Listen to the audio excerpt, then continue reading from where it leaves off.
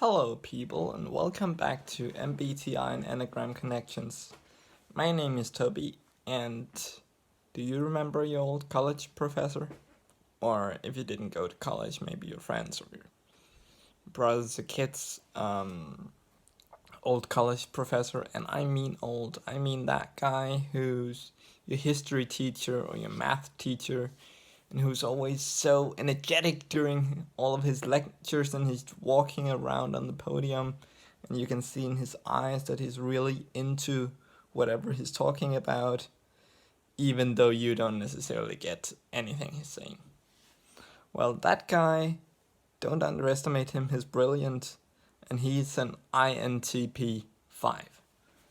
Today I'm talking about the INTP and their typical and not so typical Enneagram types.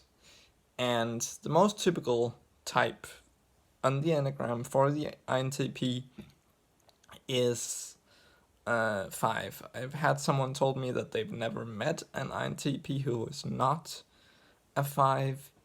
And if you look at the description for an INTP and a description for a 5, you would see why it's like reading the same thing. So the 5's basic desire is to be capable, is to be competent, and the primary way they seem to want to reach that goal is through learning and through seeking knowledge. They're often called the observer. Now, their basic fear, of course, would be the opposite. It would be to be incompetent. The 5 is also called the observer by some people. Some people call it the knowledge seeker. There's different names for it, but anyway, I like the term observer because they tend to be a bit withdrawn. They tend to be looking at everything from as many angles and perspectives as possible, always trying to work out how is this working, how is this thing that I'm studying, and they literally are studying mostly every issue. How does it work? They get great joy out of that, it seems. And the INTP MBTI type gives some amazing tools for that with its two cognitive functions, introverted thinking and extroverted intuition. To give you another example of this combination, if any of you know Bill Nye or Einstein or just these genius but slightly eccentric scientist guys. I'm not saying all INTP 5s are like that, but those guys definitely are INTP 5s. Introverted thinking is a mechanism that goes on in your head where you spot a problem and then you fix it. And you are not typically even aware that you're doing it or why you're doing it. You just are. You're spotting problems and you're fixing problems. You're not overly critical or overly negative. You're constructive and you are efficient, first of all. Introverted thinkers like efficiency a lot. And needless to say, it's an introverted function, so most of it will go on in the introverted thinker's head, and they won't always be able to explain how they reached the conclusion they did. So when someone say, how do you know that? They might get a little frustrated because they don't always know how they know, but they just know and trust them because they're usually right. And combine that in the INTP case with being an intuitive. And intuitives already cannot explain how we know what we know. That's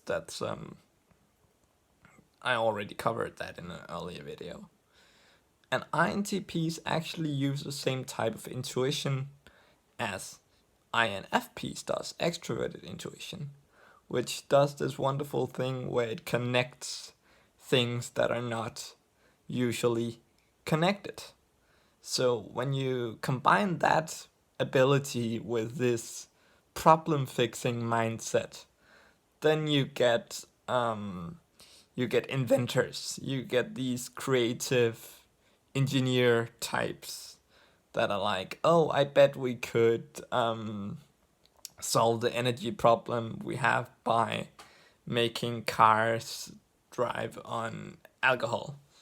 Or we could make an engine that does this thing, because they connect things and they see, oh, we can use this material for something new. We can use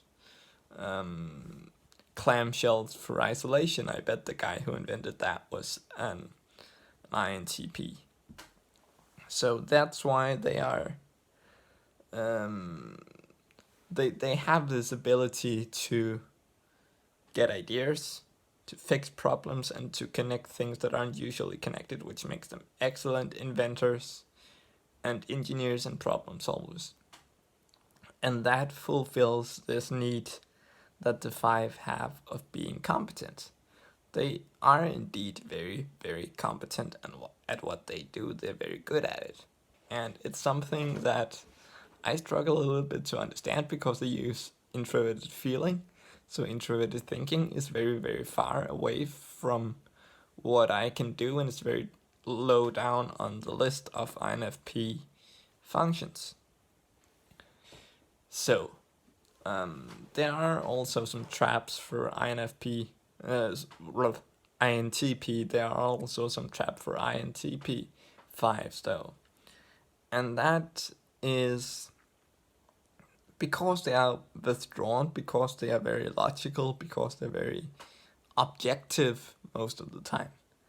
They do have trouble understanding and expressing feelings, and they do have trouble expressing and holding on to connections, which is also why you don't see a lot of INTP 2s out there, because 2s need those connections that INTPs sometimes have a little trouble with maintaining.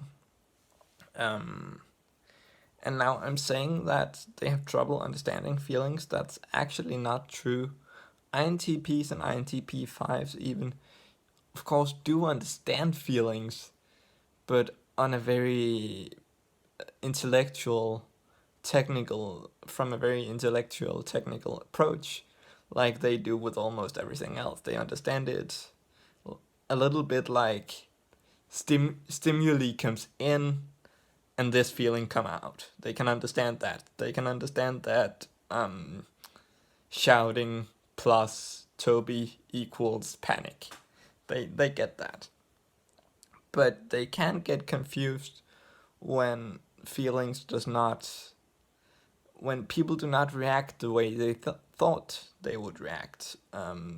They tend to assume that people react kind of the same to the same stimuli, because that would be the logical thing.